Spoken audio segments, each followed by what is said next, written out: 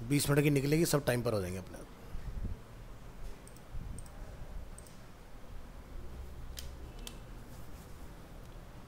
Online link मैंने कितने से भेजा था? 11:58। 2 मिनट क्लास भी ख़त्म होने से 2 मिनट पहले भी। चलो,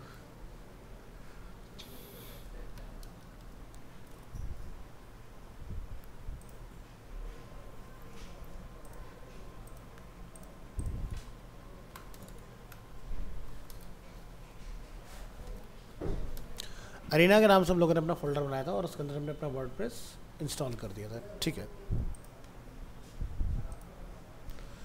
सो VS कोड की अब कोई ज़रूरत नहीं, इसको बंद करूँ और यहाँ पर लिखिए लोकल होस्ट, और लोकल होस्ट स्टार्ट भी कीजिए। तो उसके लिए आपको करना पड़ेगा XAMPP सर्वर ऑन,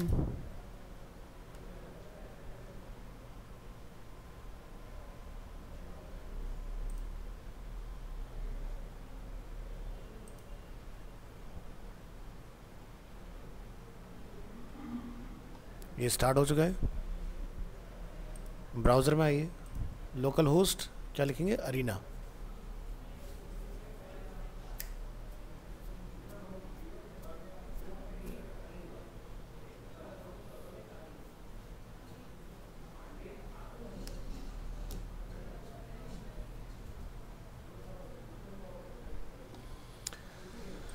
ऑलराइट, तो इंस्टॉलेशन का काम कितने लोगों ने कंप्लीट किया? तुम्हारा डन हो गया? हो गया? ऐसी तो नहीं बोल रहा? चलो फिर, अगर कर दिया है तो डैशबोर्ड पर आते हैं। सो डैशबोर्ड वाला जो हमारा पार्ट है, आपका अगर कोई अपडेट आया होगा या लेटेस्ट आप कौन सा वर्डप्रेस यूज़ कर रहे हैं वो आपको यहाँ पर दिखाई देगा। यहाँ पर आपको 3 ऑप्शंस दिखाई देंगे। फर्स्ट वाला ऑप्शन है, यहाँ से आप कोई नया पेज अगर क्रिएट करना चाहते हैं, पेज बना सकते हैं। साइट को मॉडिफाई करना चाहते हैं अपनी वर्डप्रेस की, तो उसको आप यहाँ से मॉडिफाई कर सकते हैं। और स्टाइल्स वगैरह अगर आप अपने CSS में चेंजेस करना चाहते हैं तो आप यहाँ से स्टाइल्स भी चेंज कर सकते हैं। यहाँ पर आपको इस पॉइंट पर दिखाई देगा अपनी साइट का हेल्थ स्टेटस।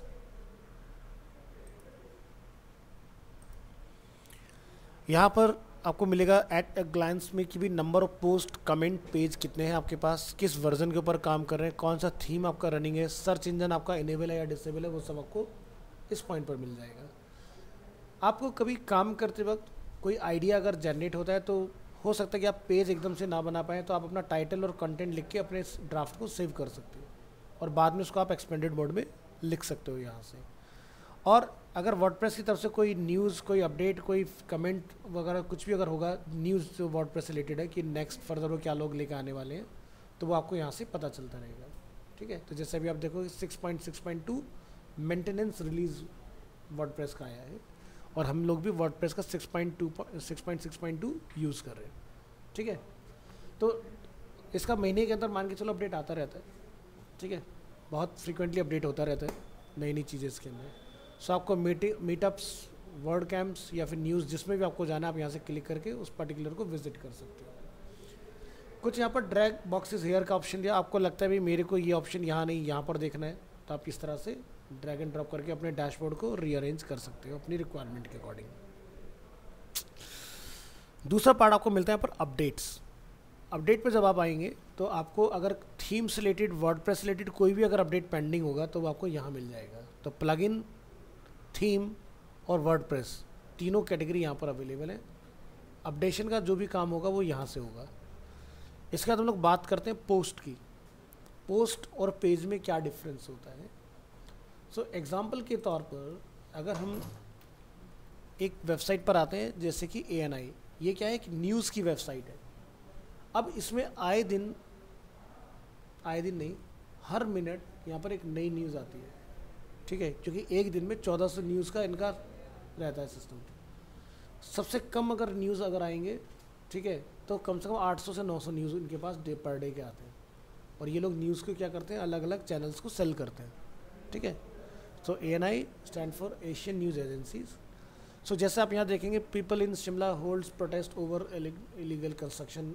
ठीक है, सो यहाँ पर ये जो हम लोग पार्ट देख रहे हैं ये पेज नहीं है, ये क्या है, एक पोस्ट है। अब ये किसके अंडर में ओपन हो रहा है, तो आप यहाँ देखेंगे ANI-News.in के अंदर न्यूज़, नेशनल, जनरल न्यूज़ और उसके अंदर ये न्यूज़ अवेलेबल है, यानी कि कैटेगरी है। क्या है कैटेगरी, न्यूज़ है, उसके अंदर नेशनल, देन उसके अंदर जनरल न्यूज़। क्योंकि शिमला की बात हो रही तो यानी कि हमारी नेशनल न्यूज़ हो गई, अगर यूएस की बात होती तो इंटरनेशनल हो जाती है ना। तो यहाँ पर आपको कैटेगरी मिलती है इस तरह से। तो ये किस कैटेगरी के अंदर था, जनरल न्यूज़ के अंदर। तो अगर मैं यहाँ से जनरल न्यूज़ पे क्लिक करूँगा तो वहाँ पर भी आपको ये न्यूज़ ऊपर नीचे कहीं ना कहीं मिलनी चाहिए। आगे देखो यहाँ पर न्यूज़ 11 सितंबर को ये 11:53 पर आई थी और अभी टाइम हो रहा है 12:28। तो 11:53 से इस पर्टिकुलर कैटेगरी में आप देख लो 1, 2, 3 और ये टॉप न्यूज़ चौथी आप यहाँ पर देख रहे हो, ये 12:26 पर आई है न्यूज़। तो देखो इतनी देर में इतनी न्यूज़ आ भी गई इनके पास। ये तो पर्टिकुलर एक कैटेगरी की बात कर रहे हैं। अगर आप किसी और कैटेगरी में जाओगे लाइक पॉलिटिक्स, तो आप यहाँ पर देखेंगे इसमें भी आपका 11:03 पर लास्ट न्यूज़ आई है। फीचर्स में आप जाएंगे तो यह का 6:15 का है। एंटरटेनमेंट के अंदर आप जाएंगे, ठीक है, तो यहाँ पर आपका 11:05 पर न्यूज़ आया हुआ है। तो न्यूज़ आते रहते हैं। ओवरऑल एक दिन का अगर हम लोग एक वेटेज निकालते हैं तो मिनिमम 800-900 न्यूज़ से लेकर 1400-1500 न्यूज़ इनकी पर डे की रहती ही रहती है। क्योंकि इनकी जो टीम है वर्ल्ड वाइड है, हर कंट्री में है, हर छोटी से छोटी जगह पर अवेलेबल है। कहीं पहुँचे ना पहुँचे, लेकिन ANI का माइक तुम्हें हर जगह दिखाई देगा न्यूज़ के अंदर, नोटिस कर लेना, ठीक है। तो हमने यहाँ पर क्या समझा, पोस्ट क्या होता है। तो देखो पेज और पोस्ट में मेजर डिफरेंस समझे तो ये जो हम लोग अभी देख रहे हैं this is the index page, यानी कि जो होम पेज होता है। होम पेज के अंदर आप देखोगे तो big story is a category, live updates again is a category, photo gallery again is a category, what's hot ये भी एक कैटेगरी है। फिर यहाँ पर आप कैटेगरी देखेंगे breaking news, politics, assembly, latest news, ये सब कैटेगरीज बने हुए हैं। यानी कि होम पेज के अंदर इन्होंने इस तरह से सेगमेंट बना दिए, जैसे नेशनल, एंटरटेनमेंट, फिर नीचे आओगे वर्ल्ड, टेक्नोलॉजी, ये सारे अलग अलग कैटेगरी का आपको न्यूज़ दिखाई दे रहे हैं। तो यानी कि होम पेज में ऊपर जितने भी हम लोग ये देख रहे हैं क्लिक्स, उन सभी से रिलेटेड छोटी छोटी न्यूज़ यहाँ पर अवेलेबल है, लेकिन जो भी लेटेस्ट न्यूज़ आए हुए हैं, ठीक है। अब इनके डेडिकेटेड पेज बनाए गए। फिर इसके बाद जैसे आप देखोगे नेशनल, एंटरटेनमेंट, स्पोर्ट्स, स्पोर्ट्स के अंदर फिर आपके अलग से पेजेस हैं, ठीक है। तो ये सब हैं आपके कैटेगरी और पेजेस, और ये सब क्या है, पोस्ट, जो भी आप देखते हो। सो वर्डप्रेस में ये जो वेबसाइट बनी है, क्योंकि हमने इस पर काम किया है, ये वेबसाइट बनी है पाइथन और जेंगो के अंदर। जेंगो आपका फ्रेमवर्क होता है, पाइथन आपका बैकएंड के लिए हम लोग यूज़ करते हैं, ठीक है। जैसे PHP फ्रंट एंड बैकएंड दोनों में चलती है ना, वैसे पाइथन जो होती है वो भी फ्रंट एंड और बैकएंड दोनों में चल जाती है। लेकिन डेटा जो स्टोर होता है, जैसे हम लोग PHP में काम करते हैं, डेटा सब जाता है MySQL के अंदर। इसके अंदर भी जो होता है आपका जेंगो के थ्रू होते हुए डेटा आपका पहुँचता है MySQL, NoSQL, पोस्टग्रेस, इंजिन्स, जिसमें भी आप डेटा स्टोर करना चाहते हो उसमें जाके स्टोर करा सकते हो। आगे बढ़ेंगे तो पोस्ट के अंदर नंबर ऑफ पोस्ट, यहाँ से आप देखेंगे कोई नया पोस्ट बनाना है, कोई कैटेगरी अगर आपने बनाना है, कोई टैग अगर आपने बनाना है। तो ये कैटेगरीज और टैग क्या होते हैं, जो आप जो यहाँ पर देख रहे हैं ये सब क्या है, कैटेगरीज हैं, या जो हम लोग यहाँ पर देख रहे हैं दीज ऑल आर कैटेगरीज। अब टैग्स क्या होते हैं, जैसे हम लोग इसके अंदर गए, नीचे जब आप न्यूज़ में आओगे तो यहाँ पर आपको टैग्स दिखाई देंगे, ठीक है। अब हिमाचल प्रदेश को लेके या शिमला को पर्टिकुलर लेके या प्रोटेस्ट को लेके या हिंदू ऑर्गेनाइजेशन को लेके या इलीगल कंस्ट्रक्शन, ये सब क्या टैग्स है। तो हिमाचल प्रदेश को लेके आज तक जब से ANI स्टार्ट हुआ है तब से लेके टिल डेट तक कितने नंबर ऑफ न्यूज़ लिखे जा चुके हैं, 513 पेज अवेलेबल हैं, और एक पेज के ऊपर 12 न्यूज़ होते हैं, ठीक है। तो आप यहाँ पर कैलकुलेटर लेके 513 पेज मल्टीप्लाई विद 12 अगर कर लोगे तो 6156 पोस्ट हिमाचल प्रदेश के नाम से अवेलेबल है ना। अभी अगर हम लोग यहाँ से बैक करें, शिमला की अगर बात करें तो शिमला को लेके कितने न्यूज़ यहाँ पर अवेलेबल हैं, 203, ठीक है। और बैक करते हैं, इलीगल कंस्ट्रक्शन को लेके आज तक ANI पर कितने न्यूज़ लिखे जा चुके हैं, 11 पेज अवेलेबल है, ठीक है।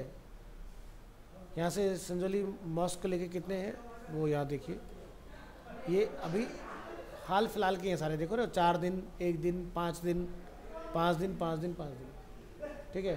तो मैक्सिमम 5 दिन के अंदर इतनी न्यूज़ बेसिकली इसको लेके लिखी जा चुकी है अभी तक। तो ये होते हैं टैग्स। टैग्स का काम क्या होता है, चीज़ों को सर्चेबल बनाना। कि भाई मैंने यहाँ पर जाके लिख दिया एग्जाम्पल के लिए अक्षय कुमार, अक्षय कुमार को लेकर आज तक जितनी भी न्यूज़ लिखी हुई सारे दिख जाएंगे।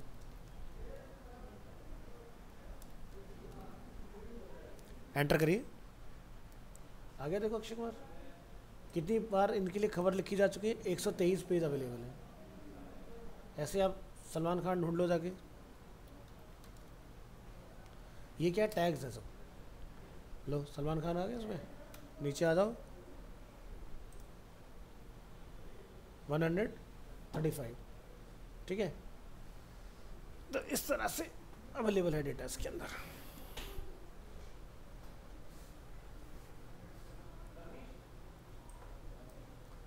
तो यहाँ पर हम लोग जो देख रहे हैं पोस्ट के अंदर टैग्स कैटेगरीज का रोल समझ में आया। इसके बाद क्या है, मीडिया।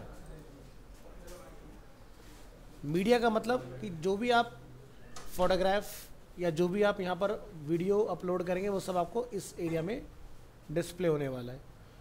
और अगर आपको कोई नई वीडियो डालनी है या कोई फोटोग्राफ अपलोड करनी है तो वो आप यहाँ से अपलोड करोगे। एक बार में 40 MB से ज़्यादा का डेटा आप अपलोड नहीं कर पाओगे, ठीक है, लिमिट लगी हुई है। हम इसको बढ़ा सकते हैं क्योंकि ऑफलाइन चला रहे हैं तो हम इसको 100 MB भी बना सकते हैं, ठीक है, पर 40 MB बहुत होता है यार, पूरी वेबसाइट बन जाती है इतने में। तो फिर बात करते हैं पेजेस, ठीक है। तो जितने भी आप पेजेस बनाएंगे वो आपके इस जगह पर दिखाई देंगे और यहाँ से आप नया पेज क्रिएट कर सकते हो। कमेंट्स अगर आपका किसी पोस्ट के ऊपर आएगा तो वो आपको यहाँ डिस्प्ले होगा। जैसे अभी एक कमेंट हमारे पास ऑलरेडी अवेलेबल है, डिफ़ॉल्ट ये वर्डप्रेस डाल के देता है आपको। इसके बाद आपको मिलता है अपीयरेंस, यानी कि इसमें आपको मिलते हैं थीम्स कि बाय डिफ़ॉल्ट आपके पास कौन कौन सी थीम है।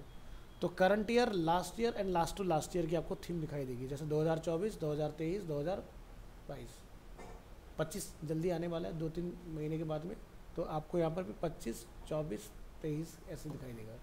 तो ईयर के हिसाब से आपको बाय डिफ़ॉल्ट 3 थीम मिलती हैं इसके अंदर।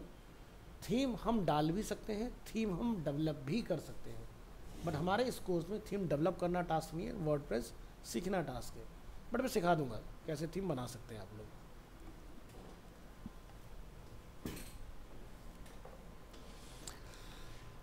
नेक्स्ट आपको यहाँ से मिलता है एडिटर। एडिटर के अंदर जाके आप यहाँ से अपना पूरा का पूरा पार्ट जो है वो कस्टमाइज़ कर सकते हो कि भाई मेरे को किस एरिया में क्या चेंजेस वगैरह अप्लाई करने। जैसे आप नेविगेशन में कुछ चेंजेस करना चाह रहे हैं, स्टाइल्स में कुछ चेंजेस करना चाह रहे हैं, पेजेस में कुछ चेंजेस करना चाह रहे हैं, टेम्पलेट्स के अंदर, पैटर्न्स के अंदर, तो ये सारी चीज़ें आपकी चेंजेबल हैं इसमें। Next plugins. प्लगइन क्या होते हैं आपके, जैसे एग्जांपल के तौर पर आपने वर्डप्रेस में कोई वेबसाइट बनाया और आपको कोई कॉन्टैक्ट का फॉर्म लगाना है, तो आपको कस्टम कोडिंग तो आती है, तो आप तो PHP में कोड लिख लेते हो, SQL में सबमिट कराना हो या मेल पर ले जाना हो। बट PHP में आपको पता है, वर्डप्रेस में आपको नहीं आता। तो वर्डप्रेस के लिए क्या होता है, कॉन्टैक्ट 7 करके प्लगइन आता है। कॉन्टैक्ट 7 प्लगइन जो है, अगर मैं आपको यहाँ पर दिखाऊँ ऐड न्यू प्लगइन में जाके, तो इसके अंदर फॉर्म के लिए सारी फंक्शनैलिटी ऑलरेडी अवेलेबल है। आप यहाँ लिखिए कॉन्टैक्ट फॉर्म 7 और सर्च कर दो।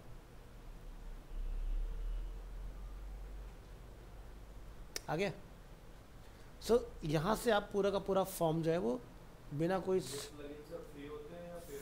फ्री भी होते हैं, पेड भी होते हैं, दोनों तरह के होते हैं। मतलब जितने भी प्लगइन है ये आप सब इस्तेमाल कर सकते हो, लेकिन इसमें एक लिमिट के बाद में क्या होता है कि जैसे आपको मान लो कुछ डिफरेंट तरीके का फील्ड चाहिए, तो हो सकता है उसमें उन्होंने प्रो लोगे तभी खुलेगा, उससे पहले नहीं खुलेगा, ऐसा होता है, ठीक है। बट नहीं, लाइफ टाइम जितना आप चला रहे हो उतना तो हमेशा ही रहेगा वो। ऐसा नहीं कि आपने एक बार चला लिया ख़त्म हो गया, ऐसा नहीं है। लेकिन ये क्या करते हैं, जितने भी प्लगइन्स आपको मिलते हैं ना, तो उसके अंदर 75% अनलॉक होता है, 25% लॉक रहता है, ऐसा रहता है सिस्टम। तो खरीद लो और यूज़ करते रहो। तो यहाँ से आपको मिलेंगे प्लगइन्स।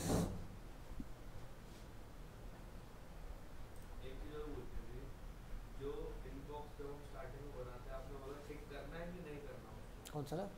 जब हम इंस्टॉल करते हैं तो रूट के लास्ट में एक इनबॉक्स पे कुछ आता है साइड से लेके, आपने बोला था तो टिक करना है नहीं करना, वो समझ नहीं आया। मैं रिकॉर्डिंग खोल के देख लूँगा अभी क्या कौन सा पॉइंट पर है, याद आ जाएगा। जब हम वर्डप्रेस को इंस्टॉल कर रहे होते हैं, जैसे वो प्राइवेट कुछ ऐसा कुछ था कि अपने अच्छा, वो इनकरेज डिस्करेज की बात कर रहे हो तुम? Incorrect discourage. हाँ, तो डिस्करेज करना है। मैं ऑफलाइन में तो रहने दो, कोई दिक्कत नहीं, ऑनलाइन के अंदर डिस्करेज करना होता है हमें। मतलब क्या है वो, बस समझा। उसके थ्रू ये बेनिफिट होता है कि मान लो कि बहुत, जैसे मैंने तो आपको ऑफलाइन डाल के सिखा दिया वर्डप्रेस, जब हम इसमें इंस्टॉल कर रहे हैं उसको, अपने तो कंप्यूटर हमें इंस्टॉल ठीक करना है वो नहीं करना। कर लो, नहीं करो कोई फ़र्क नहीं पड़ेगा, क्योंकि ऑफलाइन वाला कंटेंट ऑनलाइन तो जाएगा ही नहीं जब तक किसी सर्वर पर नहीं हो, गूगल कैसे इंडेक्स करेगा। अच्छा। बट जब ऑनलाइन हम लोग इंस्टॉल करेंगे तब हमें इसको डिस्करेज करना है बाई डिफ़ॉल्ट, ठीक है? तब करना है इनकरेज उसको, गूगल तब उसको इंडेक्स करे जब मेरा प्रोजेक्ट एकदम बन के रेडी है, सब पेज के टाइटल, ALT सब कुछ हमने सेट कर दिए, डिस्क्रिप्शन लिखे जा चुके हैं, उसके बाद। नहीं तो क्या होगा, गूगल आधी अधूरी इन्फॉर्मेशन को इंडेक्स कर लेगा आपकी, वो बड़ा हार्मफुल होता है हमारे लिए, ऐसा नहीं होना चाहिए।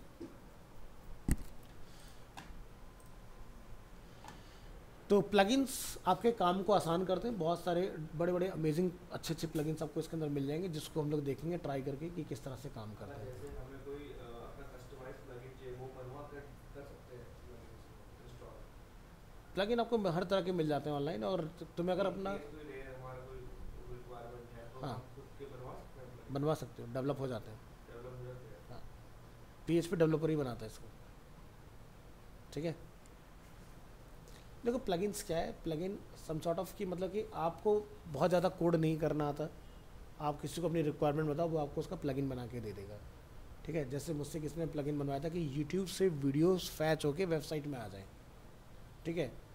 जबकि यूट्यूब की वीडियो को आप ऐसे नहीं दिखा सकते, वीडियो से दिखा सकते हो लेकिन शॉर्ट्स नहीं दिखा सकते। तो शॉर्ट्स को अगर लेके आना है तो उसके लिए प्लगइन चाहिए, तो उसके अंदर API वगैरह लगते हैं, गूगल कंसोल के अंदर आपको डेवलप करना पड़ता है चीज़ों को, फिर उसके बाद जाके चीज़ें आती हैं। अगर इनकेस प्लगइन में कोई दिक्कत आ जाए, हाँ, ठीक है, तो फिर क्या जिसने बनाया उसी से कॉन्टेक्ट करना पड़ेगा कैसे? बिल्कुल उसी से करना पड़ेगा, उसी से ही करना पड़ेगा। अब जैसे मैंने सुना था कि जो प्लगइन्स होते हैं वो बड़े बड़े डेवलपर जो होते हैं वो अपने टाइम पास के बना के डाल देते हैं, हाँ बिल्कुल किसी सही को है। यूज़ कर लिया, हाँ, ठीक है, और बाद में वो पर्सन अवेलेबल ही नहीं हो तो। इसीलिए क्या होता है जब लोग प्लगइन डालते हैं ना, तो हमें ये देखना चाहिए कि कितने दिन पहले वो अपडेट हुआ।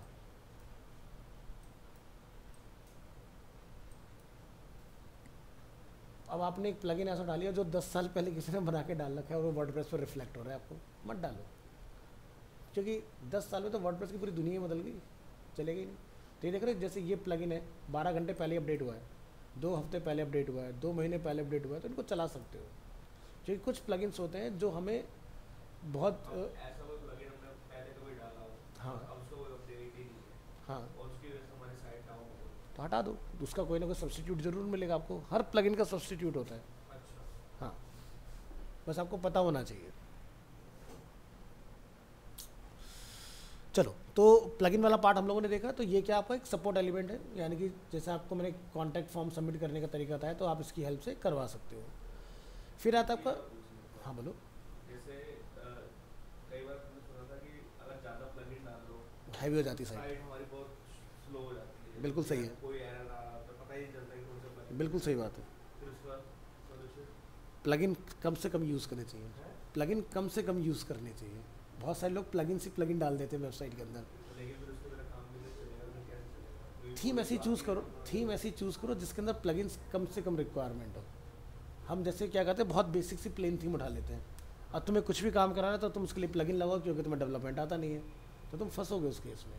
तो उससे सड़े तरीका क्या है कि आप 10 प्लगइन लगाने की जगह एक ऐसी वेबसाइट लाओ जिसमें प्लगइन की सारे काम ऑटोमेटिक हो तो जाए। जैसे ही करता है स्लो कर देता है साइट। हाँ बिल्कुल सही बात है, स्लो होती है वेबसाइट, प्लगइन कम से कम होनी चाहिए, ठीक है? मैंने ऐसी ऐसी वेबसाइट क्लाइंट के प्रोजेक्ट हैंडल किए जिन्होंने 40-40 प्लगइन ठोके हुए, वो कहते हैं कि थी वेबसाइट बहुत स्लो है। मैंने कहा वेबसाइट से ज़्यादा कोड तो प्लगइन का ही है, तो कहाँ से चल जाएगी वेबसाइट, तो कोई फ़ायदा नहीं है। यानी कि इतने हाई स्पीड इंटरनेट होने के बाद भी वेबसाइट फेल हो रही है, नहीं डालनी चाहिए प्लगइन्स, ज़रूरत के हिसाब से डालो जितना ज़रूरी है। जैसे मैंने आपको जब सिखाया था HTML CSS जावास्क्रिप्ट, तो मैं क्या कहता हूँ, सिर्फ उतनी JS लगाओ जितनी ज़रूरत की हो, क्योंकि आपकी जावास्क्रिप्ट कंप्यूटर पे तो चल जाएगी, मोबाइल पे चलेगी नहीं, तो फ़ायदा क्या उसको चला के। तो उतनी ही लगाओ जो मोबाइल भी झेल पाए या मोबाइल पर रेंडर हो जाए, अननेसेसरी JS नहीं लगानी चाहिए। और जैसे अरीना वालों ने अपना वो बना रखा ना, अरीना multimedia.com, उसमें वो उनकी निकल के आती है काउंसलर जो वॉक करके पूरा घुमाती है, फ़ोन पे चलती नहीं वो, तो क्या फ़ायदा, विजिटर कहाँ है, फ़ोन पे तुम दिखा रहे हो डेस्कटॉप पे। वो फिर फर्स्ट पे आ जाते हैं। हाँ, तो क्या फ़ायदा है ऐसी जावास्क्रिप्ट का? तो डेस्कटॉप के लिए सही, तो या तो मोबाइल के लिए तुम्हारा एप्लीकेशन हो। तो उसका कुछ मतलब तोड़ भी निकला अभी तक? तोड़ क्या, तो बहुत बहुत ज़्यादा कुछ जो है उसमें, वो तो एक ज़माने से है, हाँ, आपसे थोड़ी। तो वो कुछ है ही नहीं उसका तो। क्यों नहीं है, तो मोबाइल की वेबसाइट दूसरी बन जाती, जैसी वेबसाइट आपकी चेक हो कि भाई इस व्यू पोर्ट पर आ गई तो पूरी वेबसाइट दूसरी चला दो, रिडायरेक्ट तो कराना है तो अरिना करेगी। ना। क्यों? क्योंकि भैया हम फेमस हैं, लोग को यही पता है अरीना होता है, मैक होता है, तो वहीं जाएगा बंदा, उन्हें फ़र्क नहीं पड़ता। अब तुम बिल्कुल नए इंस्टीट्यूट लेकर आते हो कोई, इस तरह का कुछ बना लोगे तो तुम तो फेल हो जाओगे, ना तुम्हारा ऐड चलेगा ना कुछ चलेगा। लेकिन अरिना और मैं तो दोनों एपटेक के अंदर ही आते एपटेक के अंडर में आते हैं, 2009 में टेक ओवर हुआ था।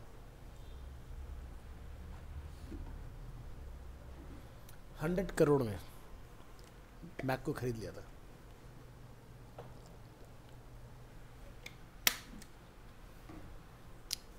चल, तो लोग आज के टाइम में बनाते होंगे क्योंकि अगर किसी का सपोज करो अभी तो साइट छोटी है लेकिन आगे जाके उसकी बहुत बड़ी वेबसाइट हो जाए हाँ, तो फिर वो क्या कन्वर्ट करेगा क्या करेगा उसका? क्योंकि इस पे अगर ट्रैफिक ज़्यादा आएगा या फिर मतलब ये तो लैग करेगी। वर्डप्रेस की वेबसाइट हाँ, नहीं। नहीं करेगी। देखो, यही तो लोगों की सबसे बड़ी गलतफहमी है। एक ना बहुत बड़ा मिथ चल रहा है कि वर्डप्रेस की वेबसाइट सिक्योर नहीं होती या वर्डप्रेस की वेबसाइट बहुत हैवी होती है। देखो, एक अनाड़ी बंदा अगर वेबसाइट बना रहा है ना तो वो स्टैटिक साइट को भी बहुत हैवी बना सकता है, और एक अगर जिसको नॉलेज है ढंग से वो बना रहा है तो वेबसाइट बहुत कम साइज़ में बन जाएगी। जैसे एग्जांपल के तौर पर आज आप कोई वेबसाइट बना रहे हो और आप उसके अंदर भर भर के जेपीजी पीएनजी लगा रहे हो तो वेबसाइट तो हैवी होगी ना।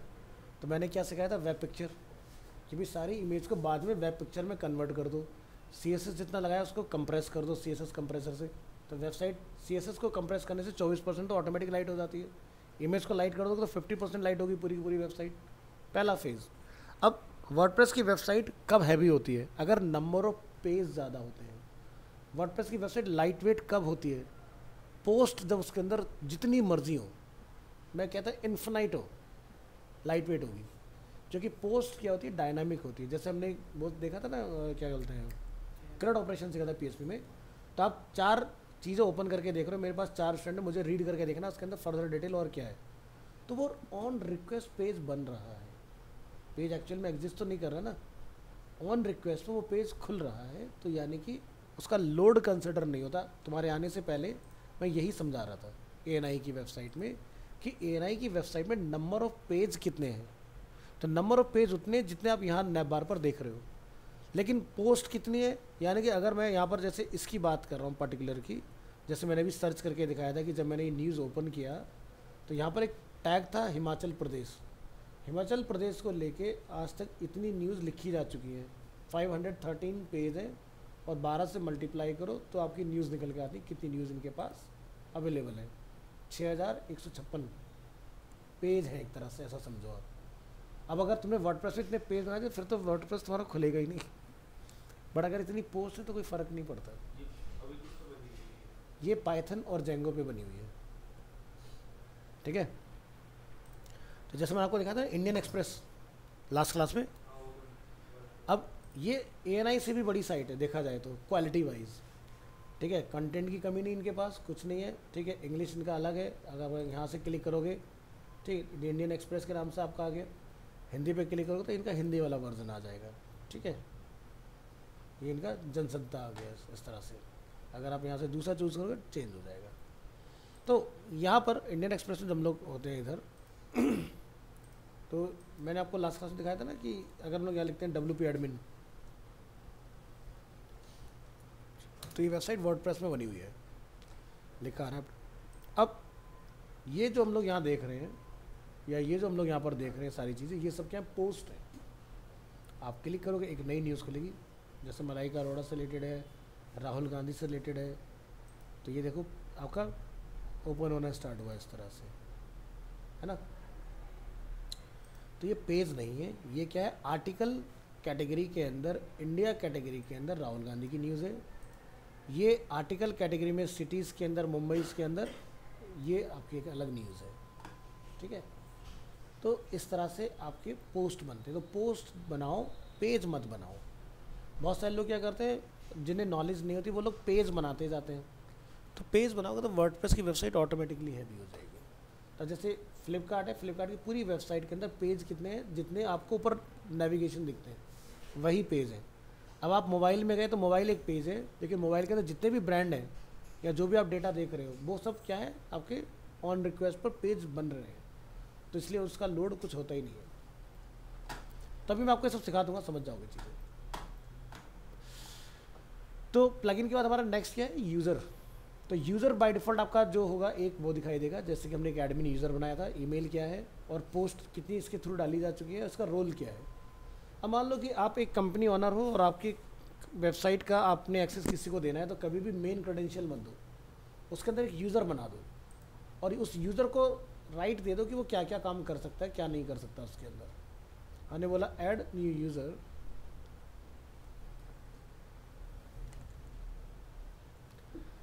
यहाँ पर आपके पास कंट्रोल होंगे कि उसका रोल क्या होगा उस वेबसाइट में। तो जैसे सब्सक्राइबर, कंट्रीब्यूटर, ऑथर, एडिटर या एडमिनिस्ट्रेटर। एक वेबसाइट में 2 एडमिनिस्ट्रेटर हो सकते हैं, लेकिन बनाना नहीं है, क्योंकि एक एडमिन दूसरे एडमिन को उड़ा सकता है। तो तुम्हें खुद को डिलीट करने की पावर किसी को नहीं देनी। पता चला कोई तुम्हें उड़ा के खुद ही मालिक बन के बैठे। तो देखते हो ना बहुत सारे यूट्यूबर के वो आते हैं कि भाई मेरा चैनल हैक हो गया है।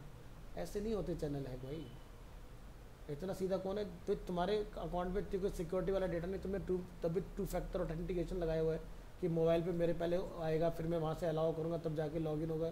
तो यूट्यूबर्स होगा उसको इतना पता नहीं होगा, सब पता होता है।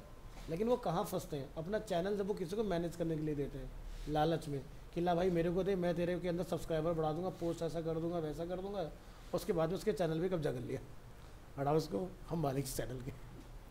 ऐसे होते हैं, इतनी आसानी से हैक नहीं होता। गूगल क्या बेवकूफ़ बैठा कि किसी का चैनल हैक हो जाएगा, ठीक है, या डेटा डिलीट हो जाएगा, तो कोई ना कोई तुम्हारी सिक्योरिटी को ब्रीच करके काम कर देते हैं, ठीक है। तो इसलिए कभी भी चाहे कितना ही सगा क्यों ना हो, मैं कहता हूँ घर के मॉम डैडी क्यों ना हो, एडमिन राइट अपने पास ही रखना है, क्योंकि सामने वाले बंदे को इतना ही कहना है भाई सॉरी गलती से डिलीट हो गई। अब तुम्हारी एक दिन की मेहनत हो, 1 साल की हो कहीं, क्योंकि हम कहते हैं भाई मैंने कुछ नहीं किया अपना आप हो गया, ये तो बोलते हो तुम लोग भी, एक्सक्यूज देते हो कंप्यूटर में कुछ होता है तो बस हो गया काम। तो एडमिन राइट हमेशा अपने पास रखो, ठीक है। उसके अलावा बाकी को एडिटर, ऑथर, कंट्रीब्यूटर, सब्सक्राइबर जो मर्जी हो। सब्सक्राइबर देख सकता है, कुछ नहीं कर सकता। कंट्रीब्यूटर गेस्ट पोस्टिंग कर सकता है। ऑथर पोस्ट लिख सकता है। एडिटर किसी ऑथर के लिखी हुई पोस्ट को बदल सकता है। तो ये राइट्स है अलग अलग। एडमिन एक ही बनाना, मल्टीपल बना सकते हैं लेकिन नहीं बनाना। इसके बाद आपकी जो भी प्रोफाइल होगी, आप अपनी प्रोफाइल को यहाँ से लाके उसका colour, look and feel, theme, जो भी चीज़ आप चेंज करना चाहते हो कर सकते हो। क्या नहीं बदल सकते, आपने यूज़र नेम अगर एडमिन रख दिया तो user name can not be change, है ना। अब ये किसके लिए, जो डेवलपर नहीं है, हमारे लिए थोड़ी नई चीज़। हमारे पास यहाँ पर जाएंगे एडमिन के अंदर और यहाँ जाके हम ढूंढेंगे, क्या ढूंढेंगे, वर्डप्रेस का डेटाबेस बनाया था ना हमने अरीना के नाम से, ढूंढो, वेट करेंगे। पहली बार स्लो चलता है, उसके बाद तेज चलता है। अब चला के देखो कहाँ स्लो, पहली बार तो टाइम दोगे ना। तो इसके बाद यहाँ पर हमने क्या बनाया, अरीना साउथेक्स के नाम से बनाया था हमने। अब यहाँ पर क्या दिखाई दे रहा है, WP यूज़र। इसके अंदर यूज़र कौन है, एडमिन। मैं यहाँ जाके लिख दूँ संता बनता, मना थोड़ी ना कर देगा मुझे, चलेगा ना, चेंज कर सकते हैं। ऐसे कल पंकज ने बोला सर पासवर्ड भूल गए तो क्या होगा, यहाँ जाके पासवर्ड बदल दो उसका, चल जाएगा। तो अगर हम यहाँ पर अपडेट करेंगे तो ऑटोमेटिकली वहाँ अपडेट हो जाएगा, लेकिन लॉग आउट करके, ठीक है, तो चेंज हो जाएगा। यहाँ बदलना होता है, पूरा डेटाबेस यहाँ पर है। तो मैंने बोला ना, हाँ पूछो। जब हम उसको इंस्टॉल करते हैं तो लास्ट में वो लिखते हैं प्रीफिक्स और वो वाला जो आता है, टेबल प्रीफिक्स आता है, WP अंडरस्कोर, और उसके बाद वो कुछ 12 टेबल्स बना देते हैं। हाँ, ये इसी में तो डेटा उसके हिसाब से स्टोर होता है। ये देखो यहाँ पर 12 टेबल वो ये रहे। तो WP क्या है, मतलब वर्डप्रेस, मतलब कि आप जब अपना डेटाबेस खोलें तो आपको ये पता चल जाए कि वर्डप्रेस के टेबल हैं सारे। तो मान लो कि आपका कोई कमेंट आया तो कमेंट का मेटा यहाँ स्टोर होगा, कमेंट क्या लिखा है वो यहाँ दिखाई देगा, लिंक जो बनाओगे वो यहाँ दिखेंगे, तो इस तरह से हर एक चीज़ का यहाँ पर डेटा रहता है। जैसे आपने कोई पोस्ट बनाई तो पोस्ट का डेटा यहाँ दिखाई देगा आपको, ठीक है। जैसे हेलो वर्ल्ड सैम्पल पेज के नाम से हमारी पोस्ट बनी हुई है ना, वो सारा डेटा यहाँ स्टोर है। तो आप यहाँ से भी डायरेक्ट एडिट कर सकते हो। वैसे मैं रिकमेंड करूँगा यहाँ कोई छेड़खानी नहीं करना। वैसे तुम लोग PHP MySQL पढ़ के आ चुके हो तो कर सकते हो। ये कंट्रोल कभी भी जो वर्डप्रेस की वेबसाइट चला रहे होते हैं ना, उनको नहीं पता होते, ना हम बताते ना हम उनको दिखाते कि कहाँ से करना है। वो बोलेगा जी मेरा यूज़र नेम ये हो गया तो यही रहेगा, बात खत्म, नो चेंज। अब यहाँ पर जैसे ये क्या लिखा रहा है, user name can not be change. चलो चेंज करके देखते हैं। यहाँ जाते हैं, हमने लॉग आउट किया, यूज़र में गए, मैंने इसको जाके लिख दिया अरीना, ठीक है। डिस्प्ले नेम अरीना, निकनेम ये क्या है अलग अलग? अरीना, ठीक है। हमने हर जगह पर अरीना अपडेट कर दिया। डिस्प्ले पे नहीं हो? डिस्प्ले पे नहीं हुआ, रीना रह गया। अरे रीना कोई नहीं है भाई, ये कौन है, चेंज करो। चलो इधर आओ।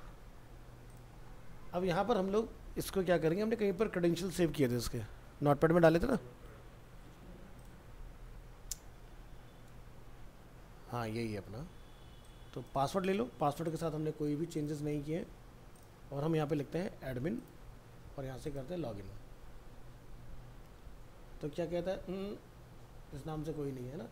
अब लिखो अरीना और ट्राई करके देखो और लॉगिन करो। यूज़र में आओ, ऑल यूज़र में आओ, चेंज हो गया। कैसे हो सकता है कि भाई कह रहा है कि user name can not be change, होगा ना। अभी देखो अरीना को भी बोल रहा है ये चेंज नहीं हो सकता। तो इसलिए डेवलपमेंट आना ज़रूरी होता है, तुम्हें पता होना चाहिए कहाँ बदलना है। ऐसा कुछ नहीं कंप्यूटर में जो चेंज नहीं हो सकता, सब बदल सकता है, बस जगह पता होनी चाहिए कहाँ बदल के आना। तो ये पंकज के सवाल का आंसर है। जैसे बोले थे कि पासवर्ड जैसे भूल जाते हैं तो आप यहाँ पर बदल सकते हो। तो पासवर्ड का कॉलम यहीं पर है ना, ये रहा। तो यहाँ पर क्या है, इनक्रिप्ट हो रखा है पासवर्ड। तो मैंने सिखाया था ना MD5, तो वो चीज़ है। तो यहाँ पर जब पासवर्ड चेंज करोगे तो ऐसे टाइप नहीं करना पासवर्ड इसके अंदर, नहीं तो ख़राब हो जाएगा। आपको क्या करना है, एडिट, यहाँ जाके आप फिर अपना जो पासवर्ड है वो चेंज करके आओगे इसके अंदर, और यहाँ से आप फिर चूज़ करोगे अपना इनक्रिप्शन, किधर है, MD5। अब यहाँ तुम संतावनता लिख दो पासवर्ड, तो तुम लिख के संतावनता ओके करोगे, लेकिन पासवर्ड फिर से जो है वो बदल जाएगा तुम्हारा, ऐसे ही हो जाएगा चेंज, ठीक है। और जो एक्चुअल में पासवर्ड है वो देना हो तो नहीं, साइट ओनर भी नहीं देख सकता। नहीं तो ऐसे तो क्या है, कल को तुमने फ्लिपकार्ट पे अकाउंट बनाया, मैं तुम्हारे से जाके ऑर्डर प्लेस करके आ जाता हूँ लॉगिन करके, फिर सिक्योरिटी क्या रहेगी। तो इसलिए ये वेबसाइट के मालिक को भी अलाउड नहीं है, तो इसलिए हम लोग लगाते हैं हैश प्रोटेक्शन। चलो कैंसिल कर दो यहाँ पर। तो ये था अपना यूज़र वाला सेक्शन। अब मान लो कि हमने यहाँ से लॉग आउट कर लिया इसको। अब इसका यूज़र नेम ध्यान रखना, मैं यहाँ लिख देता हूँ अरीना, नहीं तो दिक्कत आएगी बाद में, हम एडमिन लिख के चला रहे हो कभी। तो मान लो कि एक बंदे को बाहर से रजिस्टर करना है अपने आप को, कि वो यहाँ से अपना एक अकाउंट बना ले। तो यहाँ पर तो क्या है, साइन इन का ऑप्शन है, साइन अप का कोई ऑप्शन नहीं है। हमें यहाँ पर ऑप्शन देना है,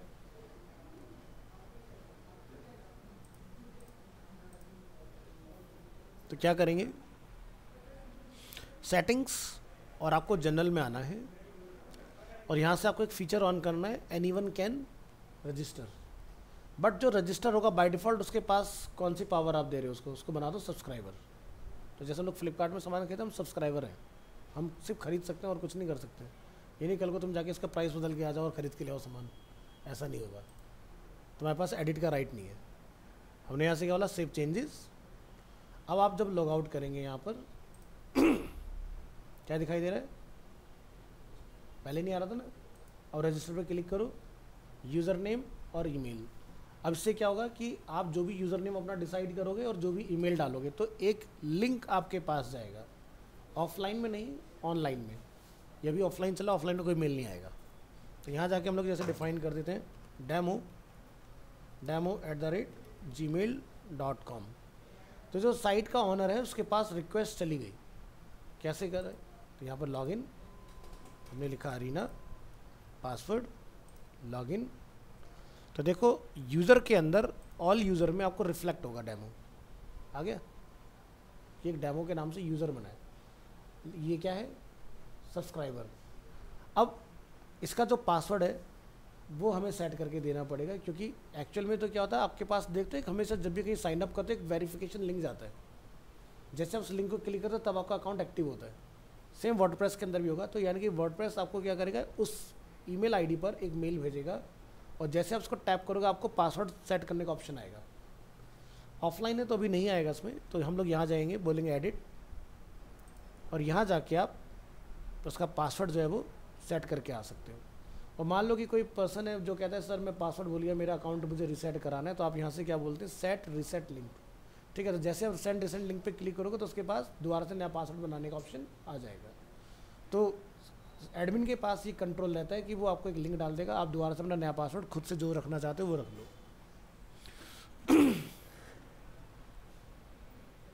तो सब्सक्राइबर का कैसा दिखता है, जरा एक पासवर्ड बनाते हैं यहाँ पर।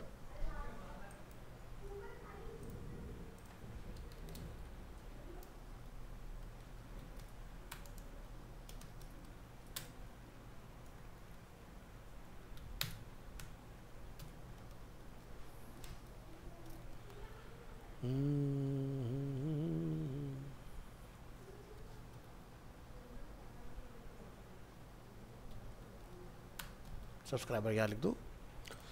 चलिए यहाँ से बोलेंगे हम लोग अपडेट यूज़र, और यहाँ से लॉग आउट। डेमो को लॉगिन कराएंगे।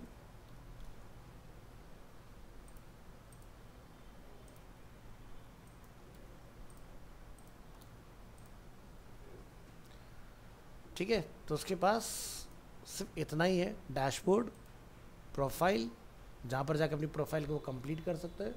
इसके अलावा और कोई चीज़ उसके पास नहीं है। ठीक है, इस तरह से।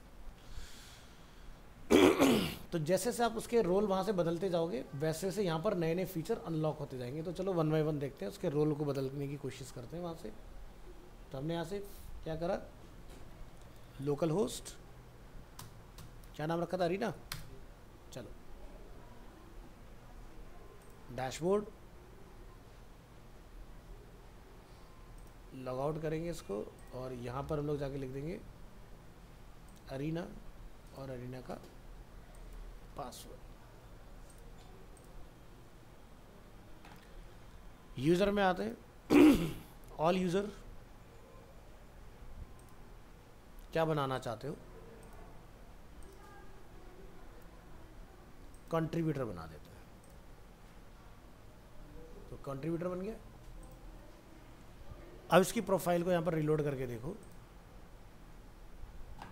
लेकिन ये भी मेरी अरीना की प्रोफाइल आएगी, मुझे इसको अलग ब्राउज़र में देखना पड़ेगा। एज में ले लेते हैं।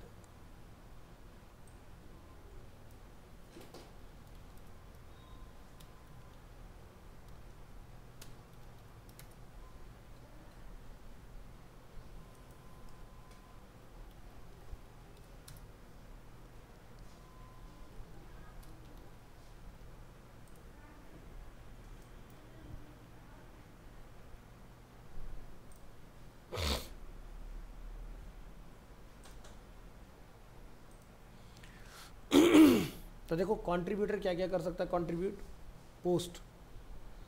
ठीक है, तो वो एक सारे पोस्ट देख सकता है और नई पोस्ट डाल सकता है, कमेंट के रिप्लाई कर सकता है, उसके अलावा और कुछ नहीं कर पाएगा। बनाते हैं एडिटर।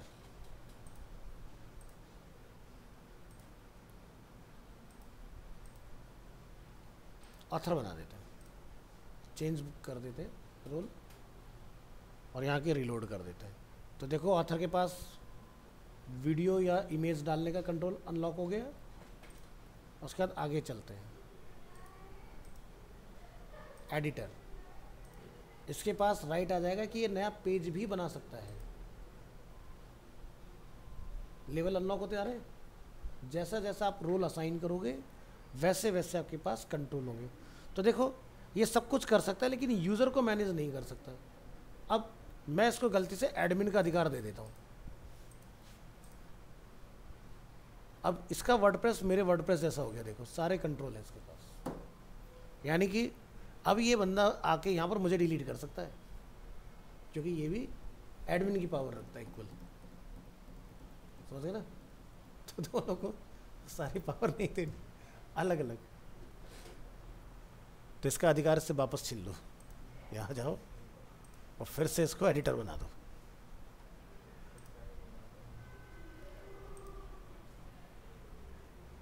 तो क्या बोलता है, you need a higher level of permission. Change होगी ना। अब ये वहाँ नहीं हो सकता जहाँ पर हम लोग पहले थे। तो देखो उसके पास से कंट्रोल चलेगा, है ना। सो जब लोग कोई प्रोजेक्ट बनाते हैं ना जैसे अरीना का एग्जांपल अगर हम लोग लें, ये तो समझ आ गया ना किसके पास किस में क्या कंट्रोल आएंगे। बंद कर देते हैं उसको। अब जैसे ये अरीना की वेबसाइट है, अरीना के लिए हम लिखते हैं abstract.asia। अब देखो एंट्री पॉइंट सबका एक ही है। जैसे मैंने वर्डप्रेस में देखा डेमो यूज़र आए या एडमिन यूज़र आए, लॉगिन बंदा एक ही जगह से होगा, है ना। अब मैं यहाँ पर लॉगिन होता हूँ इसके अंदर, तो मेरे पास कंट्रोल अलग होंगे। जो एकेडमिक के हेड होंगे उनके पास ऊपर कंट्रोल अलग आएंगे। जो बिजनेस के हेड होंगे उनके पास कंट्रोल अलग होंगे। जो सेंटर के पूरे हेड होंगे, ठीक है, उनके पास अलग कंट्रोल होंगे। यानी कि लेवल वाइज एक्सेस दिए जाते हैं कि कौन कितनी चीज़ें चेंज कर सकता है साइट में, उससे ज़्यादा नहीं, ठीक है। तो जैसे मेरे पास 2 सेंटर में जाने का राइट है, तो मैं यहाँ से होम पर जाऊँगा और मैं जाके यहाँ से चूज़ कर सकता हूँ कि भाई मेरे को सेंटर चूज़ करना है। तो मैंने बोला कि भाई मुझे प्रीति विहार में जाना है, जैसे ऑलरेडी प्रीति विहार में, तो मैं साउथ एक्स में आ जाता हूँ। तो मैंने यहाँ से देखो साउथ एक्स किया। अब जब मैं अगर अंदर आता हूँ यहाँ पर, तो मुझे क्या दिखाई देगा, कंट्रोल सिर्फ और सिर्फ साउथ एक्स का। और अगर मैं होम पर जाके यहाँ से चेंज करके आता हूँ प्रीति विहार, तो मैं प्रीति विहार के सेंटर को मैनेज कर सकता हूँ पूरा।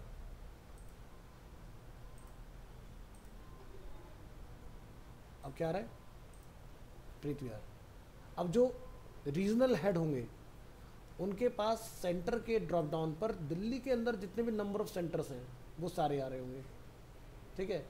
जो सुपर यूज़र होगा इस ब्रांड का, जैसे राकेश झुंझुनवाला थे जो कि अब नहीं रहे, ठीक है, तो उनके जगह पर अब जो देख रहे हैं, जैसे अनुज कक्कड़ देख रहे हैं वहाँ पर, तो उनके पास ऑप्शन आता है नॉर्थ कौन सा चूज़ करना है, ठीक है, ईस्ट वेस्ट साउथ नॉर्थ। उसके बाद में नॉर्थ के अंदर कितने सेंटर्स आते हैं, रीजन्स आते हैं, फिर एरियाज़ दिल्ली एनसीआर यूपी जो भी आपको चूज़ करना है, फिर उसका सेंटर कौन सा चूज़ करना है। यानी कि एक ही जगह से मैं पूरे बिजनेस को एक्सेस कर सकता हूँ, ठीक है। तो अब लेवल का मतलब समझ में आया क्या होता है। तो वैसे ही लेवल सेम यहाँ पर भी हमारे पोर्टल में भी काम करते हैं।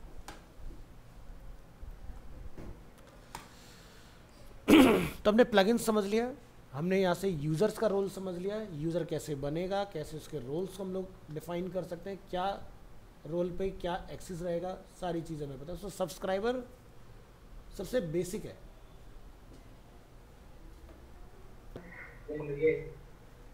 कौन है?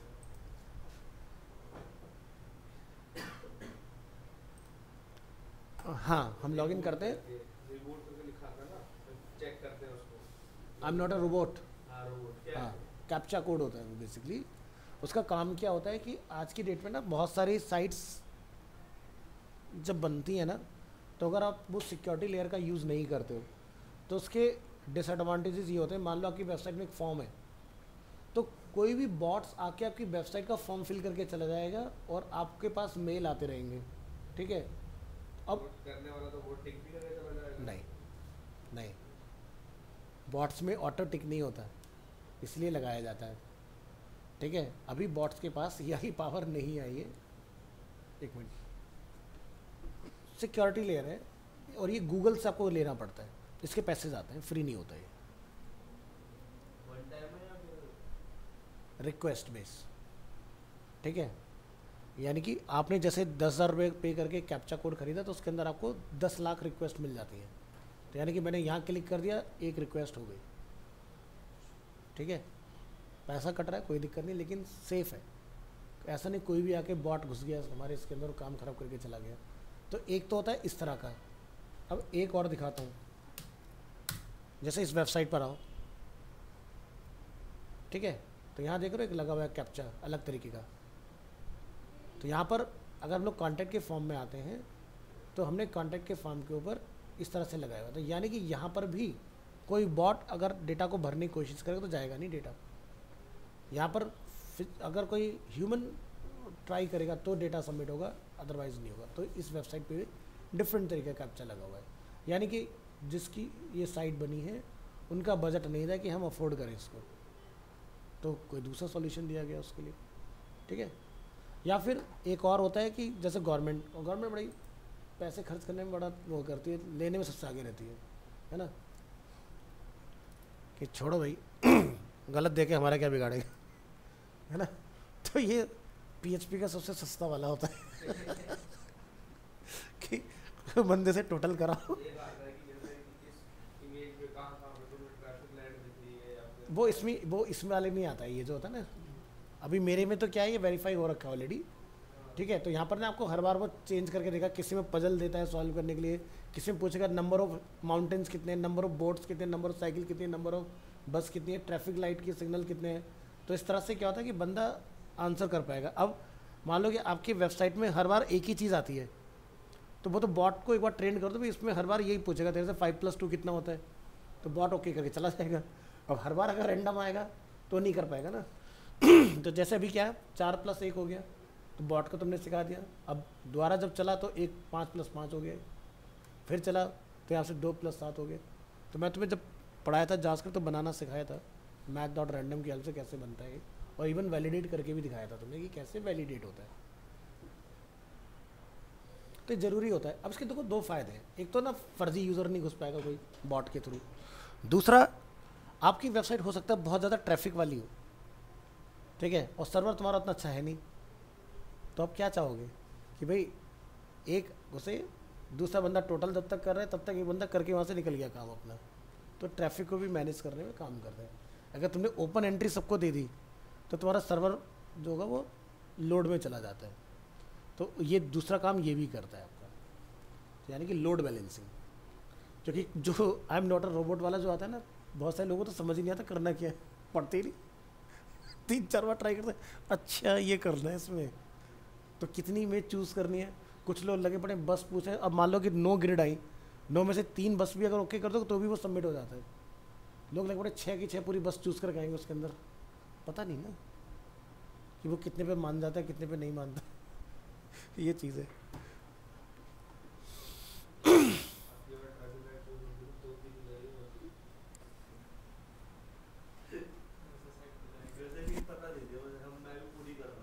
नहीं होती जरूरत सोचता था भाई एक रह गई लेकिन हो जाता था मुझे।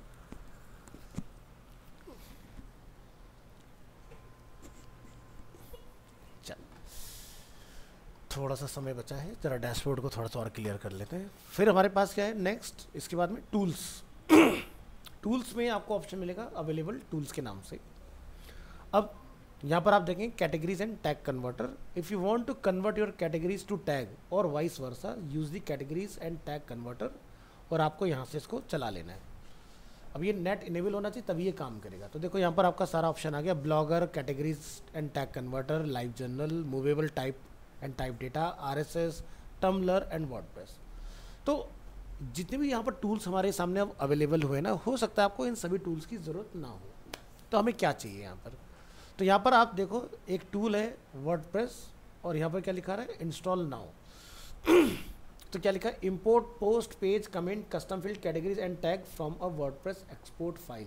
मतलब आपका सपोज करो कि ऑनलाइन आपने अपना वर्डप्रेस इंस्टॉल कर लिया, तो आप अपने ऑफलाइन वाले से क्या करोगे, एक्सपोर्ट में क्या लेके जाना है, स्पेसिफिक या सब कुछ। मैंने बोला ऑल कंटेंट, यानी कि पेज, पोस्ट, मीडिया सबको एक्सपोर्ट करो। लाइव वाले में जब जाओगे तो पहले टूल को अवेलेबल कराना है, यहाँ से जाना है, उसके बाद क्या बोलोगे इंस्टॉल नाउ। इंस्टॉल नाउ पर आप क्लिक करेंगे तो ये टूल मेरा परमानेंट इंस्टॉल हो जाएगा इसके अंदर। वेट करेंगे, लीजिए, अब क्या करना है, रन इम्पोर्टर, और रन इम्पोर्टर के अंदर जाके जो आपने फाइल यहाँ से एक्सपोर्ट की वो फाइल यहाँ से आपने चूज़ कर लेनी। तो क्या लिखा रहा है, 40 MB से ज़्यादा की नहीं होनी चाहिए फाइल। तो पूरी ऑफलाइन जो मैंने वेबसाइट बनाई हफ्ता 10 दिन लगा के, वो एक क्लिक में लाइव आ जाएगी यहाँ से। तो आपको इसमें ये समझ में आ गया कि ऑफलाइन वेबसाइट को लाइव कैसे लेकर आएंगे हम लोग, समझ में आया? ये करना है। तो लाइव मैं आपको करके दिखा दूंगा, क्योंकि मैंने एक टेस्टिंग डोमेन रखा हुआ है अरीना पीवी के नाम से, ठीक है। तो आज मैंने मॉर्निंग में करके दिखाया है कि किस तरह से लाइव जाता है। अवेलेबल है यहाँ पर, ये लाइव चल रहा है। तो ये थे अपने टूल। इसके बाद यहाँ पर आपको मिलेगा इंपोर्ट। अगर आपको अपने इस कंप्यूटर में कहीं से डेटा लाके डालना है तो इंपोर्ट, यहाँ का डेटा कहीं और भेजना है तो एक्सपोर्ट। साइट की हेल्थ हमारी कैसी है आपको यहाँ पता चल जाएगी। तो results are still loading, wait करिए, अभी तो कुछ करा ही नहीं है तो क्या ही होगा, वेट करो। तो लिखा रहा है शुड बी इम्प्रूव्ड। बहुत अच्छी नहीं है। पहली चीज़ क्या बोला उसने, यहाँ से बोला you should remove inactive plugins. Inactive plugin नहीं होने चाहिए साइट के अंदर। तो क्या हमारे पास इनएक्टिव प्लगइन है तभी तो बता रहा है हमें। इंस्टॉल्ड में जाओ, ठीक है, क्या है यहाँ पर, ये देखो एक्टिवेट 2 प्लगइन जो है हमारे वो अभी एक्टिव नहीं है, तो यानी कि इनएक्टिव स्टेट में है, तो आपको इनको हटा देना चाहिए। यहाँ पर देखो इनएक्टिव 2, हमने अभी वर्डप्रेस इंपोर्टर इंस्टॉल किया है, ये अपना प्लगइन आ गया। और देखो क्या दिखा रहा है, साइट हेल्थ में जाके यहाँ से जाओ, वेट करो, नीचे लोड हो जाएगा। You should remove inactive theme. अगर आपकी वेबसाइट में 4-5 थीम डली हुई हैं, आप उनको भी हटाओ, ये सिक्योरिटी के पॉइंट से बहुत ज़रूरी है। आउटडेटेड एसक्यूएल सर्वर अगर कोई है तो उसको आप चेंज करो, उसकी परफॉर्मेंस को बूस्ट करो। Your website does not use HTTPS, again security का इशू है। आप जहाँ भी होस्ट करेंगे उस पर HTTPS होना चाहिए। ऑफलाइन है तो अवॉइड करो, ऑनलाइन जाओगे तो HTTPS लेना है। तो जैसे मान लो आप होस्टिंगर से जाके खरीद के ले आते हो,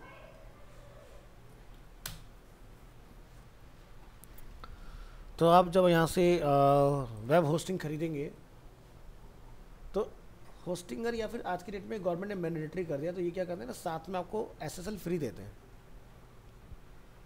क्या लिखा रहा है, अनलिमिटेड फ्री SSL बोले तो सिक्योर सॉकेट लेयर। इसका मतलब क्या होता है कि आपकी वेबसाइट पर एक सिक्योरिटी लॉक आएगा ऐसा।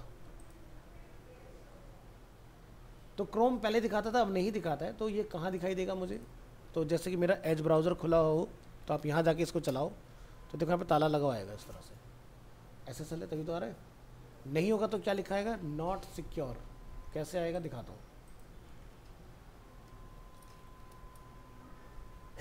दिखा रहा है।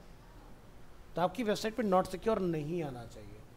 अब SSL का फ़ायदा क्या होता है, तो हम लोग अपनी घर का, अपनी प्रॉपर्टी का, अपना खुद का क्या कराते हैं, इंश्योरेंस कराते हैं। वैसे ही ये वेबसाइट का इंश्योरेंस होता है SSL।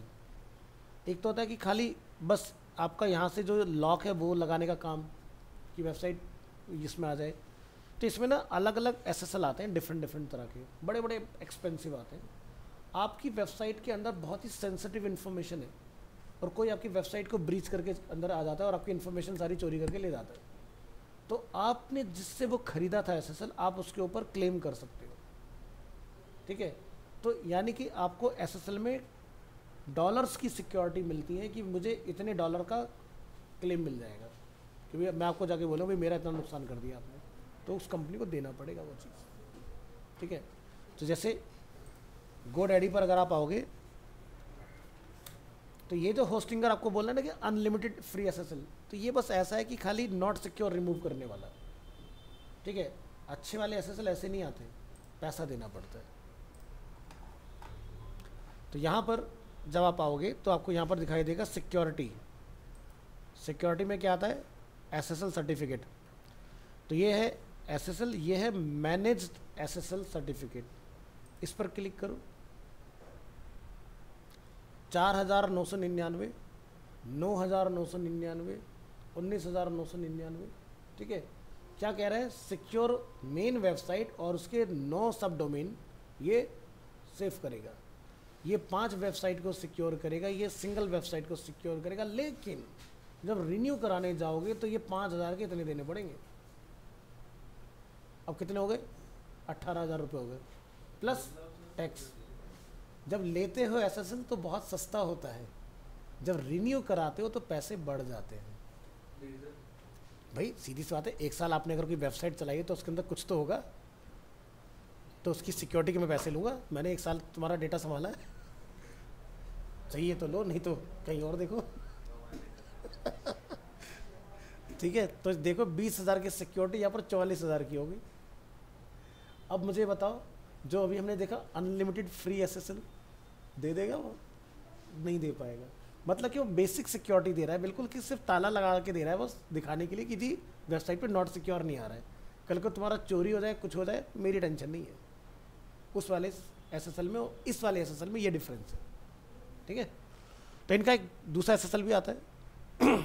वापस से चलते हैं, वेट करेंगे। हाँ ज़रूरी होता है, नहीं तो मैं तुम्हारी वेबसाइट हैक कर लूँगा, कुछ नहीं कर पाओगे। ठीक है, अच्छा जो करना है वो नहीं सीखना, नहीं करना वो पहले सीखना है इसको। एसक्यूएल इंजेक्शन होती है। ठीक है, अब जैसे मान लो तुमने वेबसाइट बनाना सीख लिया, तो मैंने आपको पीएचपी में पढ़ाया था ना, HTML स्पेशल कैरेक्टर नहीं लगाओगे तो मैं तुम्हारी वेबसाइट के अंदर कुछ भी कोड भेज दूंगा और वहाँ से रेस्पॉन्स ले लूँगा, तुम्हारा सारा यूज़र आईडी क्या है, पासवर्ड क्या, सब निकाल लूँगा। उसके बाद मैं आराम से जाके लॉगिन करूँगा और तुम्हारी वेबसाइट के ऊपर अपना अधिकार कर लूँगा। तो बहुत इजीली वेबसाइट हैक हो जाती है। ठीक है, और आधे से ज़्यादा लोग वर्डप्रेस के अंदर जो गलती करते हैं वो क्या करते हैं, user name admin, password admin, enter login, उसके बाद उसका एडमिन डिलीट, मेरा एडमिन एक्टिव, बंद आउट। अब तुम लगे रहो वेबसाइट वापस लाने में। तो एसएसएल भी क्या करेगा उस केस में? भाई तुमने इतना पुअर यूज़र नेम पासवर्ड रखा हुआ है जो, हाँ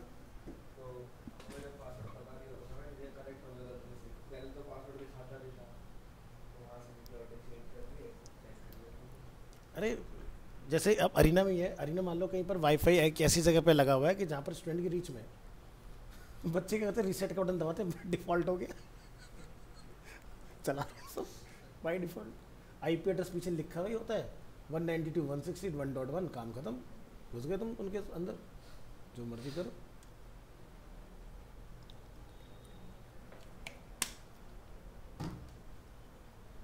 तो पहले ना रीसेट करने का फिजिकल एक बटन होता था, कि एक बटन दबाया रीसेट हो गया, लॉन्ग प्रेस।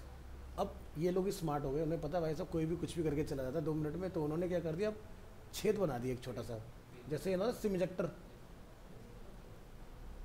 तो इसमें कुछ पिन डालोगे तब जाके भी ये बाहर आएगी, ट्रे निकल के, ऐसे नहीं निकलेगी, है ना, पुश मैकेनिज्म अंदर होता है, ऐसे उसमें भी अंदर डाला होता है। तो जैसे आप लोग देखते हो ना एसी का रिमोट, तो अगर अच्छे ब्रांड का एसी होगा तो उसमें एक रीसेट बटन होता है, छेद होता है छोटा सा, उसको दबा के आप डिफ़ॉल्ट सेटिंग पे लेके आ सकते हो अगर तुम्हारी सेटिंग ख़राब हो गई है। ठीक है, अच्छे वाले एसी के रिमोट में होता है। इसमें नहीं मिलेगा।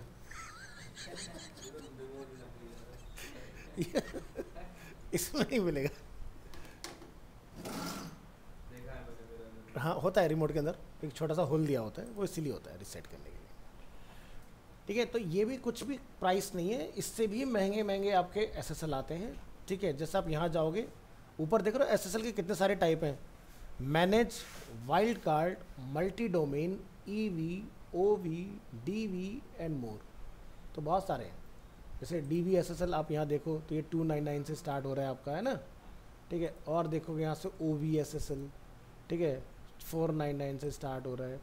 ईवी एसएसएल में आप जाओगे 799 से स्टार्ट हो रहा है। ठीक है, मल्टी डोमेन में जाओगे, ठीक है, तो 899 से स्टार्ट हो रहा है। तो इस तरह से आपके अलग अलग तरह के एसएसएल होते हैं, एज़ पर योर रिक्वायरमेंट आप यूज़ करो। तो जब तक आपकी वेबसाइट के अंदर देखो ये एसएसएल कौन कंपनियाँ खरीदती हैं, जैसे फ्लिपकार्ट, तो क्या होता है इनका वेबसाइट जो चल रहा है ना flipkart.com, और जो उनका होस्ट है, तो कई बार ऐसा होता है कि हमें अपने डेटा को सर्वर पे रखना होता है और सेंसिटिव डेटा है। मान लो कि अब जैसे इनका फ्लिपकार्ट का आज बिग बिलियन डेज पता नहीं कुछ स्टार्ट होने वाला है, आज या कल में स्टार्ट हो रही है। हाँ, ये बिग बिलियन डेज स्टार्ट होने वाला है, biggest sale of the year coming soon. तो बहुत सारी प्लानिंग प्रोसेसिंग यहाँ रखी हुई है सर्वर के ऊपर। तुम्हारे को लगे हाथ वैसा तुमने निकाल लिया उनके, जी क्या प्लानिंग है, क्या रेट लिस्ट है, ठीक है, बस इनका बिलियन डेज तुमने गेम ओवर कर दिया 2 मिनट में। तो इसलिए अच्छा वाला SSL होना चाहिए। नेटफ्लिक्स भी तो हैक हुआ था। सब हो जाते हैं। देखो सीधी सी बात है, अल्टीमेटली कोड है। मैंने कोड लिखा, तुम्हारे लिए वो सिक्योर है। मुझसे ज़्यादा जानता है वो, उसके अंदर कुछ ना कुछ कभी ढूंढ निकाले, घुस जाएगा उसके अंदर। तो कोड ही तो है ना। तो हर शेर के ऊपर 1.25 शेर। तो जो उससे ज़्यादा जानता है वो कहीं ना कहीं से एंट्री बना ही लेगा। तो हैकर से कुछ नहीं बचता। ऐसे सर iOS का जेल ब्रेक जो निकला था, हाँ, बहुत परेशान किया, अभी तक वो मानता नहीं है। तो बहुत सारी चीज़ें हैं। तो सोच रहे हैं कि पैंडमिक के टाइम में एक बंदा था ना जो बिहार का था, जो गूगल में शॉर्टलिस्ट हुआ था 1 करोड़ के पैकेज के ऊपर। उसने एक छोटा सा बग ढूंढ के निकाल दिया था कि भाई तुम्हारे कोड में ये दिक्कत है। गूगल कहते भाई उठाओ उठाओ उठाओ। बंदे को भाई साहब 2 से 3 दिन के अंदर उसके घर से उठा लिया ले गए उठा के उसको कि भाई तू 1 करोड़ रुपये रख, शांत रह एकदम, ये बता दिक्कत क्या है। और उसको आइसोलेट कर दिया बंदे को। अब कहाँ है वो बंदा, कहीं नहीं पता किसी को। तो बड़ी कंपनी ऐसे करती है हैकर्स के साथ। तो आपको आइसोलेशन में डाल देंगे, पैसा जो मर्जी बोलो, करना नहीं तुम्हें कुछ भी, ना कोई कंप्यूटर मिलेगा ना कुछ फ़ोन मिलेगा। जो करोगे हमारे लिए करोगे, नहीं तो कुछ नहीं करोगे। तो ऐसे बहुत सारे दिग्गज तुम्हारे हैकर्स रहे हैं जिन्होंने बहुत कम एज के अंदर 10-12 क्लास में, एक बंदा था जिसने अमेरिका का पूरा उसका बेसिकली आर्मी का पूरा सर्वर हैक कर दिया था, एयरफोर्स का हैक कर दिया था उसने। सब उसी के ऊपर बनी थी डाई हार्ड 4.0 मूवी।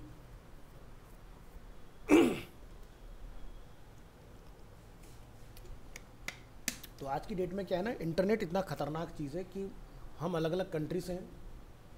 मान लो यहाँ के डिफेंस के सर्वर में कोई घुस गया तो हमारे मिसाइल्स लॉन्च करने के कोड क्या हैं कोई भी हासिल कर लेगा। उसका कहीं से डिप्लॉय करो, पता ही नहीं थी किसने छोड़ी, चली गई। तो इंटरनेट बड़ी खतरनाक चीज़ है। तो गलत हाथों में पहुँच जाए तो बहुत बड़ा रिस्क है। ये मूवी देखना एक बार, ब्रूस विलिस की है, बहुत ही अमेजिंग मूवी है और इंटरनेट के ऊपर ही है और रियल मूवी है। ऐसा नहीं कि फर्जी ऐसे बना दिया, 2007 में आई थी।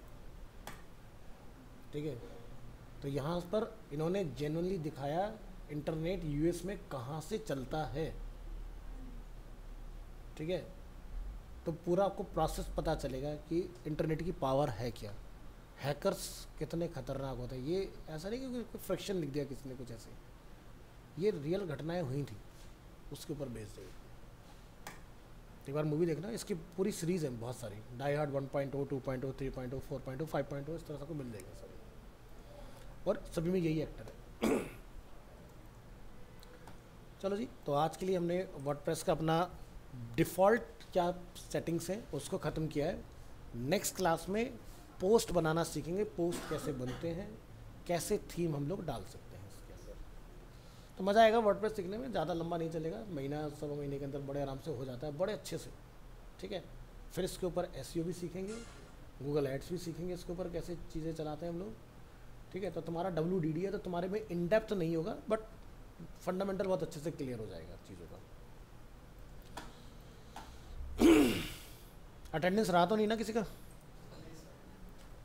हमारा बैच किधर है? विवेक आता नहीं, विवेक का क्या सीन है भाई, कुछ पता ही नहीं है।